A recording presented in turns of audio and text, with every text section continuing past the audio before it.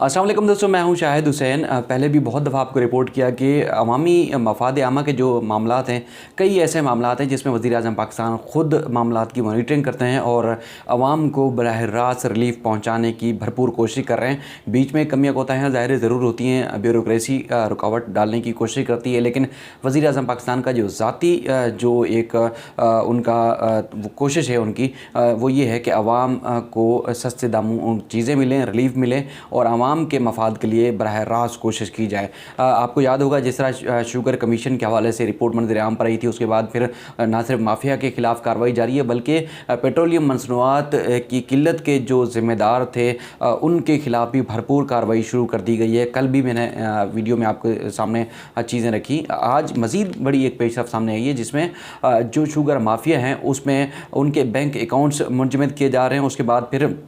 ऐसे सट्टा माफिया के जो शुगर के मामले पे, चीनी के मामले पे सट्टा माफिया थे, उनके तकरीबन कोई 24 से ज़ायद बल्कि 40 से ज़ायद सरकर्दा जो लोग हैं जो इस सारे खेल में, इस धंधे में या आवाम की जेबों से पैसा निकालने के गोरख धंधे में जो मुलव्वस है, उनके ख़िलाफ़ जो है उनकी निशानदेही की गई है। उनके ख़िलाफ़ भरपूर कार्रवाई जो है जारी है और तकरीबन जो है अब तक की इतलात के मुताबिक तकरीबन 100 से ज़ायद जाली और बेनामी जो अकाउंट्स है जो इस सारे इस खेल में मुलव्वस या उनमें ये कई किसी न किसी तरीके से उनकी निशानदेही हुई और इस खेल में जो पाए गए उनकी निशानदेही के बाद FIA ने तमाम अकाउंट्स जो है वो मुंजमद कर दिए हैं और उसमें सारी की सारी रकम जो है वो ज़ब्त कर ली गई है। ये रकम जो है बाहर के सरकार ज़ब्त की गई है, यानी कि सरकार की तहवील में आ जाएगी। वो पैसा जो कि आवाम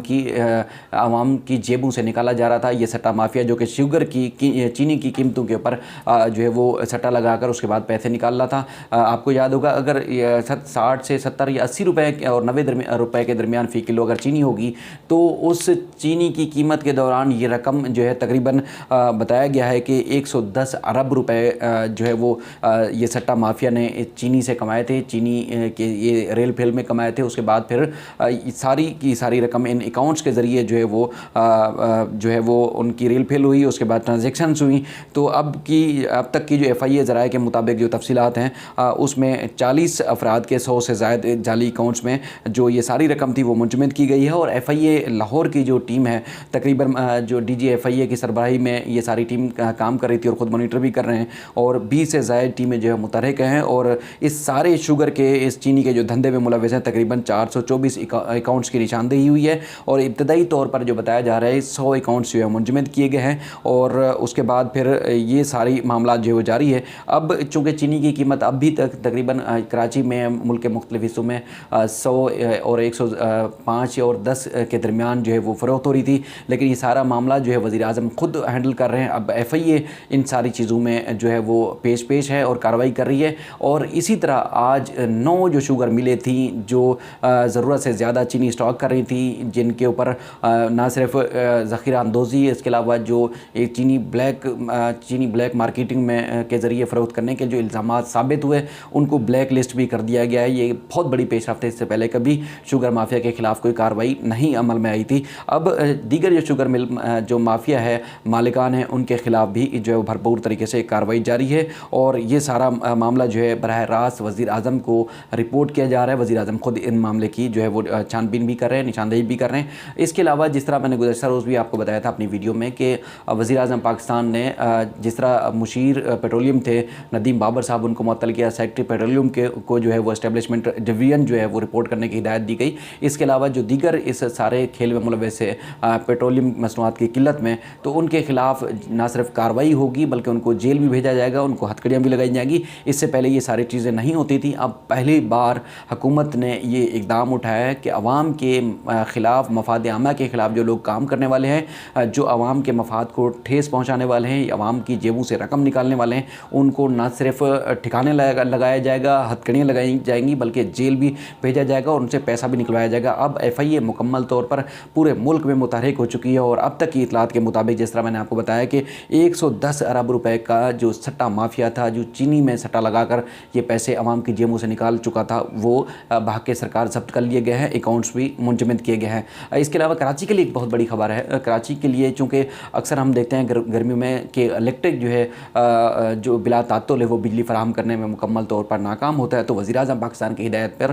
पहली बार ये अब देखने में आ रहा है कि 450 मेगावाट बिजली इजाफी दी जाएगी कि इलेक्ट्रिक को, ताकि रमज़ान में आवाम को ज़्यादा से ज़्यादा रिलीफ फराहम किया जाए और उसके बाद फिर कराची में लोड शेडिंग रमज़ान में नहीं की जाएगी। अब ये हिदायत वज़ीर-ए-आज़म पाकिस्तान की जानिब से नज़र आई है। जिस तरह वज़ीर-ए-आज़म पाकिस्तान मुल्क के दीगर शहरों के लिए, शहरियों के लिए जो है भरपूर कोशिश करते हैं उनको रिलीफ पहुँचाएँ, तो अब ये कराची के लिए उनका बड़ा इक़दाम सामने है। इसके अलावा मैं अक्सर रिपोर्ट करता रहता हूँ, गुज्जर नाले या तजावुज़ात के ख़ात्मे के हवाले से वो जो अदालती कार्रवाई है वो अपनी जगह पर, लेकिन वफाकी हुकूमत की जानिब से जो इक़दाम उठाए गए थे, FW उसकी मॉनिटरिंग कर रहा है। इसके अलावा NDMA भी इन सारी चीज़ों की मॉनिटरिंग कर रहा है। ना सिर्फ मॉनिटरिंग बल्कि ये कराची अब बदलने जा रहा है मुसलसल। जिस तरह के इक़दाम आपने मुसलसल पिछले दिनों में देखे, तो जिस तरह तजावुज़ात के ख़ात्मे के लिए एंटी क्रोचमेंट और सूबाई हुकूमत के और शहरी हुकूमत के इदारे काम कर रहे हैं, उसके पीछे अब जो काम है नालों को मॉडर्न नाले बनाने का, वो तेज़ी से शुरू हो चुका है। और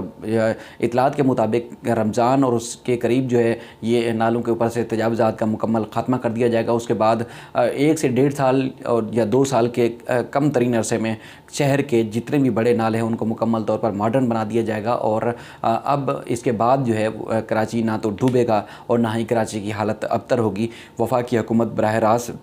इनमें ना सिर्फ इन्वॉल्व होगी बल्कि उसकी मॉनिटरिंग भी की जाएगी। और ये काम जो है क्योंकि काबिल भरोसा है और सुप्रीम कोर्ट के हुक्म पर जो है वो NDMA और FW को हिदायत दी गई थी कि अच्छा और मियारी काम किया जाए, जो तरक्याती काम होंगे कराची के अवाम के लिए, तो इसलिए FW और NDMA ख़ुद ये काम करेगा। हालांकि सूबाई हुकूमत ने एतराज़ात उठाए थे कि हम ये तरक्याती काम करेंगे, लेकिन अदालत ने कहा था पैसा चूँकि वफाकी हुकूमत देगी और सूबाई हुकूमत की भी उसमें ज़ाहिर हिस्सा शामिल होगा, लेकिन उसके काम जो है तरक्याती जो काम होंगे, चाहे सर्कुलर रेलवे होगा या फिर शहर में दीगर मंसूबे हैं, जिस तरह नालों को मॉडर्न नाले बनाना है,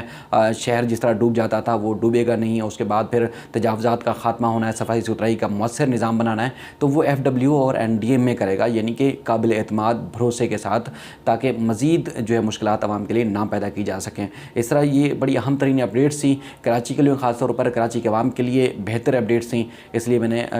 ये इस वीडियो में आपके सामने नज़र रखने की आपके सामने रखने की कोशिश की। मज़ीद भी आपको कराची के अवाम की बेहतरी के लिए जो वफाकी हुकूमत ख़ास तौर पर काम कर रही है वो आपके सामने रखता रहूँगा। अपना ख्याल रखिएगा। अल्लाह हाफ़िज़।